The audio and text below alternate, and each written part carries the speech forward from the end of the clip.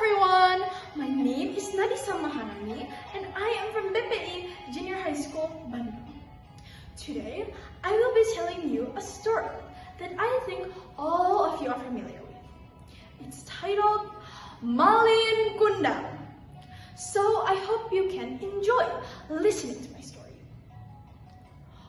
Once upon a time, in a small village in western Sumatra, lived a poor woman named Kundang with her only son, Malin Kundang.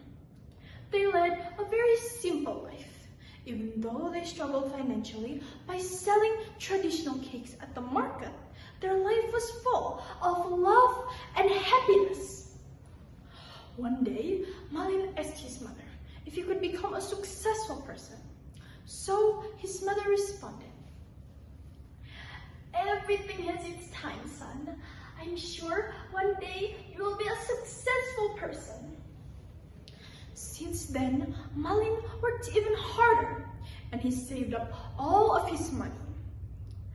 One day, a large boat docked near the village. They offered Malin a trip to Jakarta. He was excited and he wanted to go tell his mother. But when she heard about the news, she immediately refused, thinking that it was dangerous. So he tried to persuade his mother. "Please, Mom, let me go. I want to be rich and make you happy.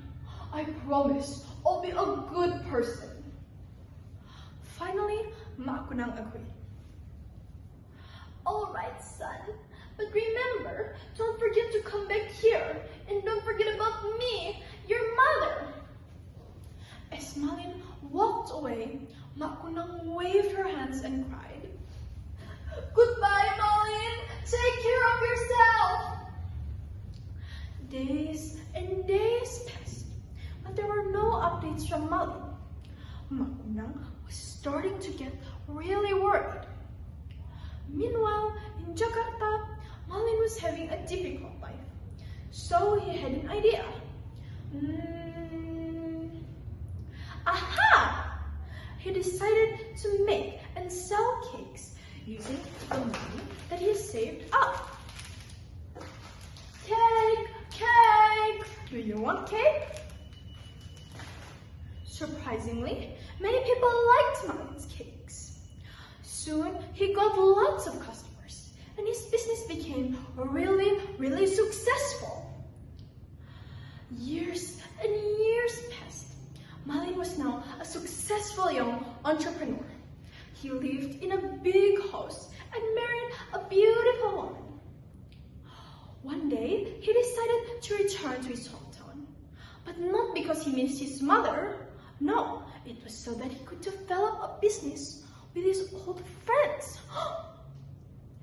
Kundang heard from the neighbors that her lovely son, Malin, had come back to his hometown as he promised before. With overflowing happiness, she immediately ran to meet her only child, who she really missed. "It's been a long day without you, my son, and I'll tell you all about it when I see you again." Surprisingly, Malin pulled away. He pushed Kundang's arm away and threw a sarcastic look at her. "Go away, old woman! Your appearance disturbs my view. You are not my mother. My mother is rich and she's beautiful. She's not poor and ugly like you." Kundang was surprised, and she said, "Why, don't you remember? Don't you remember the reason you loved me before? Baby, please remember me once more." "But Malin, my son." Kundang looked at him with her tears for a long time, but Malin said nothing. In very soft tears, she prayed to the Almighty.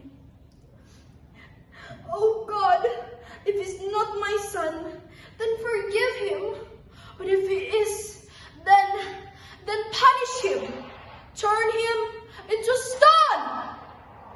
Suddenly, the previously clear sky was filled with dark clouds. Everybody ran for their lives, including Malin, but he fell and tripped over. Suddenly, he could feel his body hardening.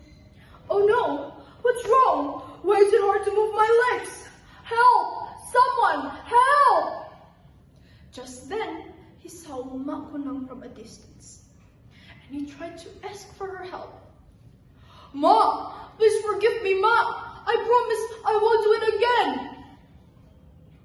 He tried to reach out to Malin Kundang's hand, but it was all too late. The child who was disobedient to his mother had turned into stone. To this day, the stone that is Malin Kundang still exists in the village. The villagers call it Batu Malin Kundang. A symbolic reminder that no matter how successful we are, it will all be meaningless without our parents' efforts. I will end this story by saying, a mother's sacrifice and blessings are the bedrock of a child's accomplishments. And in the Surah Maryam, verse 32, it says, "And be devoted to my mother, as she has not made me arrogant or wretched." That is all from me. I hope you enjoyed my story. See you again next time. Goodbye!